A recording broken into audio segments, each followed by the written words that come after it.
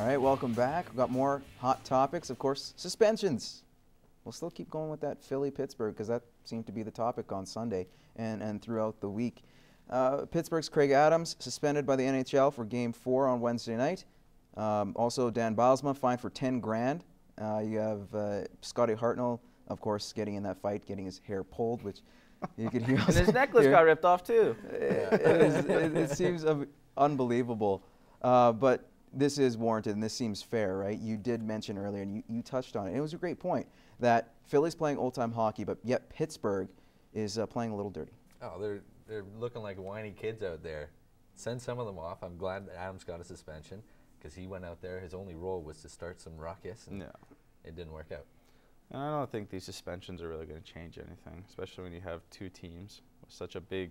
There's tension. There's so much tension between these two teams, right?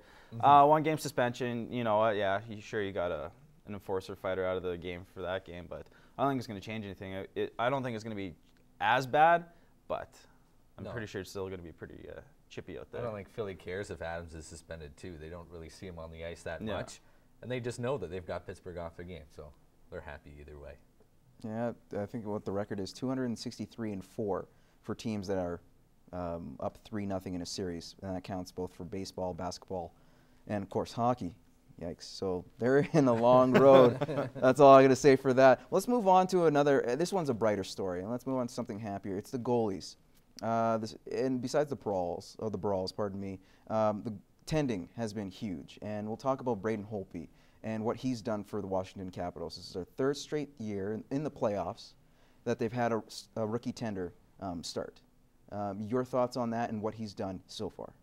He's played really well. I know Dale Hunter has more of a defensive system than Bruce Boudreau ever did, but I mean, they're playing the Stanley Cup champions, and he's looked great out there. He's stopping more shots. Yeah, you know, the only one bad thing was that overtime goal, which I think went off a stick, right? Mm-hmm. Which I believe. But other than that, you know, Boston's a typical team who's going to crash the net all the time and try to get in the goalie's head. But Holtby's really shaking it off, especially for a guy who even said he hasn't had really great playoff success in his junior and AHL career.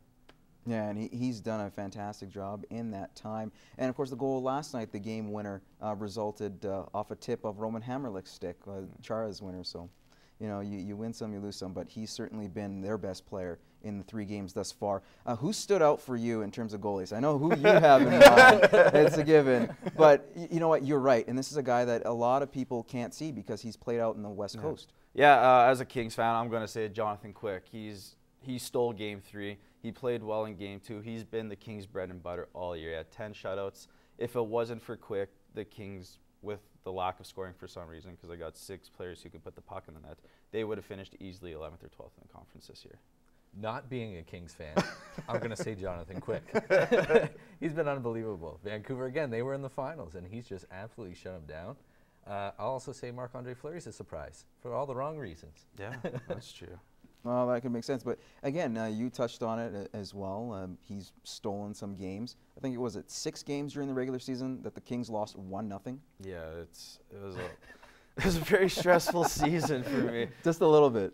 Yeah, but, yeah, like, you know, Quick's been doing this all year, like I said. And if we're going to get to the Cup, it's going to be on Quick.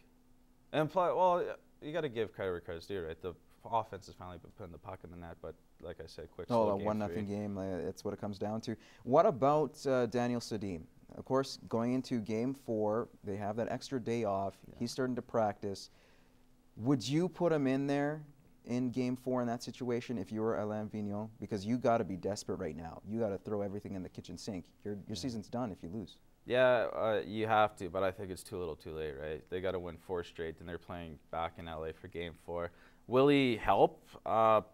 Probably not, since the other twin hasn't done anything besides getting lit up like a Christmas tree by Dustin Brown. But well, put him in. I know he's probably dying to be in the game, and I think he could make a difference if Kings take some penalties, throw him on the power play. He doesn't have to do much skating, but he's great with the puck.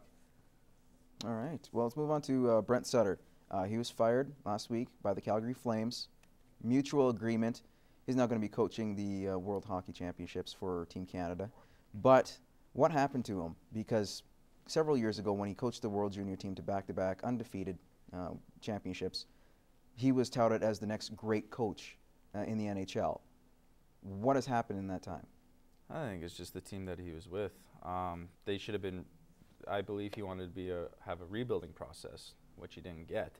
I don't think he did anything wrong. I think Feaster is the problem. I think he needs to go. Sutter's a great coach. Let's face it. He's one of the Sutter brothers. They great family background. I'm sure he'll have success with Team Canada like he always does. I think Team Canada is a great fit for him because we'll probably win gold and go undefeated. But no, Sutter. It's probably a good thing that he's not with Calgary anymore. I'm sure I was going to say there's a little bit of a Sutter bias from your end. I'm just sensing that as well. Well, I think Sutter's style fits better in juniors. It's easier to be a coach that rules with an iron fist with younger kids who haven't experienced all their life of hockey. When you're a guy getting paid $5 million a year, if a guy's yelling at you every game, it may not play as well for him. All right, well, I'm not going to yell at you guys, but we have a very important game coming up. Over under next with these two guys coming up after the break.